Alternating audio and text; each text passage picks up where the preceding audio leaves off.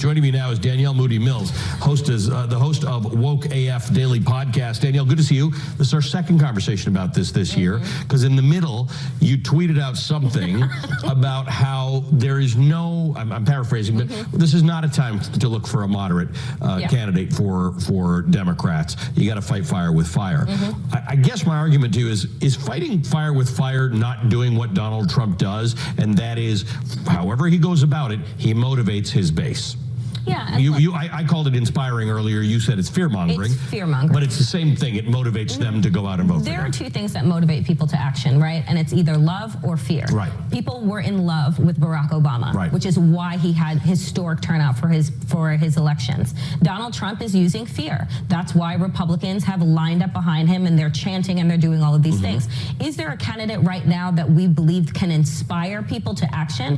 Here's the thing. I believe that any of the Democrats, right, can move people to action. But the thing that they are not talking about, the thing that they are not conveying, is just how dangerous another 4 years of an unchecked Donald Trump would be. That is meeting fire with fire. That is the fear of Donald Trump being president for another 4 years. And I say right now, fear is what we have to use, right? Because I don't care about people who say that I want a president that I can have a beer with. I want to have somebody, you know, that I feel like is my friend. I don't want a friend right now. I want a fighter. I want somebody who's going to go toe-to-toe with Donald Trump, and he's going to tell the American public just how dangerous and vicious and vindictive and unchecked Donald Trump will be. So, in the last 24 hours, Bernie Sanders has called Pete Buttigieg some kind of a billionaire, a little bit nonsensical. But you and I were just talking about this whole Bloomberg endorsement.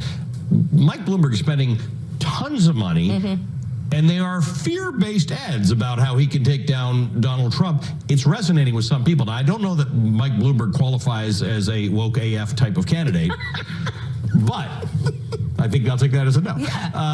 But it's interesting, right? He is using the approach. What can the other candidates learn from that? Should Bernie Sanders not be going after Pete Buttigieg? I will give Michael Bloomberg his props here, which is the fact that he is using his money in a very thoughtful way. He's using it in the media in the way that the other candidates cannot afford to do. He spent over $200 million on ads and Super Bowl ads that go for $1 million for like 25 seconds. So he is making smart moves.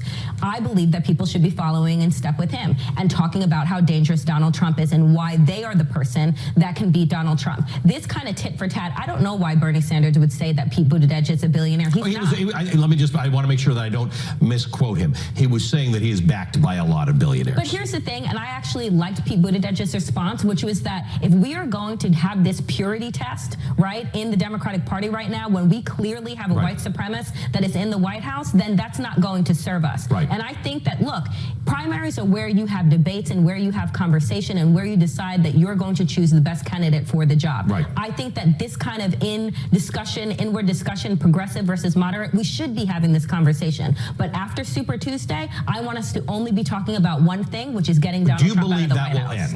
Do you believe that will end? Do you believe, and I know we had this conversation earlier this week, do you believe that'll end? Do you think that there will be a Democratic candidate who emerges who has the support? If it's Bernie Sanders, there are a lot of people who don't think he's actually a Democrat. And if it's somebody else, they're going to say, you know, in 2016, Bernie Sanders didn't give Hillary Clinton the most full-throated support that he could have. Look, I believe that at some point, and I believe it will happen after Super Tuesday, that the American people are going to have to decide that Donald Trump has got to go, that the Senate failed them. And just to be clear, Donald Trump was not exonerated. He was acquitted by a bunch of accomplices in his crimes. So he was not exonerated. He is not but a free man. His entire administration and presidency will have an asterisk next to it, as it deserves. But the American people will have to decide that they are the last in the line of defense against Donald Trump and American fascism. They are going to be the ones that have to make the decision. So if it's going to be Bernie Sanders, if it's going to be Warren, if it's going to be Buttigieg, if it's going to be Biden, we the people need to get behind that nominee and get Donald Trump out. It's the only thing that we have to care about. Progressivism, moderation, we will need to have that conversation another day.